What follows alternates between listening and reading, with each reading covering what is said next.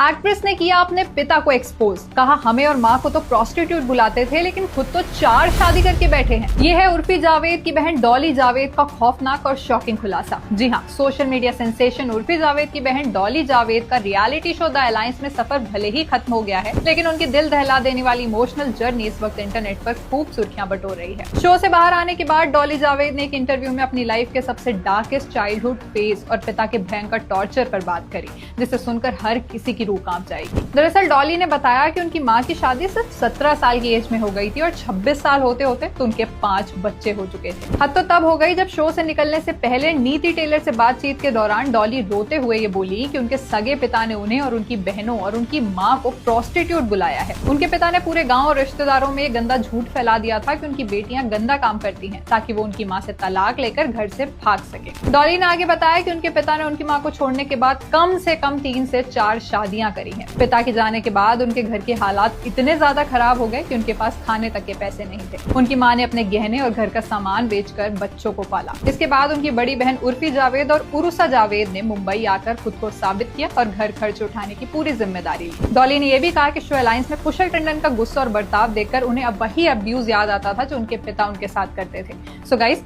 Javed sister के survival struggle पर आपकी क्या राय है, हमें नीचे कमेंट सेक्शन में जरूर शेयर करिएगा और ऐसे ही हर सुपर फास्ट अपडेट के लिए डू फॉलो इंस्टेंट बॉलीवुड।